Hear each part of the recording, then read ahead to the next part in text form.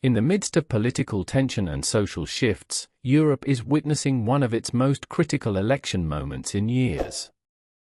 3 countries, 3 electoral battles, and 3 possible futures that could reshape the continent.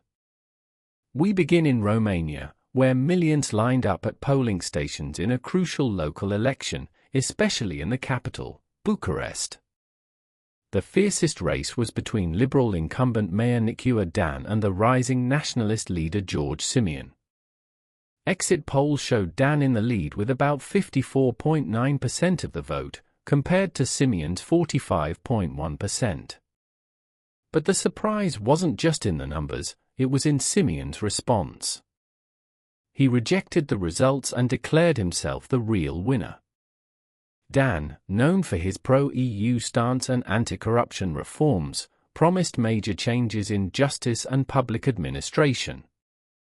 Simion, on the other hand, represents a nationalist movement that opposes what he calls subservience to Brussels. But behind this rivalry lies a deeper concern. This election follows the annulment of previous results due to allegations of foreign interference, suspected to be Russian. So, this vote wasn't just about leadership, it was about the integrity of Romanian democracy. Next, we head to Poland, where the first round of presidential elections took place in a politically and emotionally charged atmosphere. The country hosts over 2.5 million Ukrainian refugees, a humanitarian situation that has become a central issue in the election campaign. Turnout passed 50% well before polls closed, indicating strong public engagement. If no candidate secures a majority, a runoff will be held on June 1st. But the bigger question is, will the ruling Conservatives hold their ground? Or will the vote mark a shift toward more liberal leadership? In Portugal, voters once again returned to the polls, this time for the 3rd general election in just 3 years. The reason? The collapse of the previous government after losing a confidence vote in March. Now, the stage is set for a 3-way contest. The Democratic Alliance, led by Luis Montenegro. The Socialist Party aiming for a comeback. And the far-right Chega Party, growing rapidly in popularity.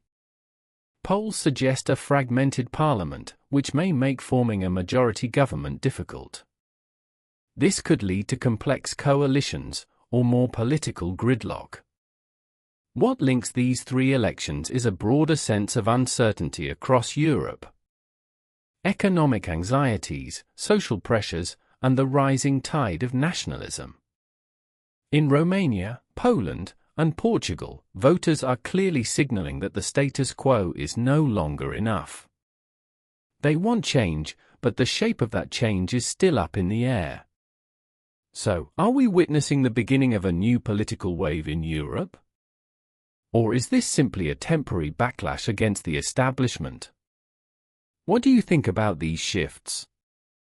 Do you see nationalism rising across Europe? Or will liberal voices maintain the lead? Let us know in the comments, and don't forget to subscribe and hit the bell icon for more updates.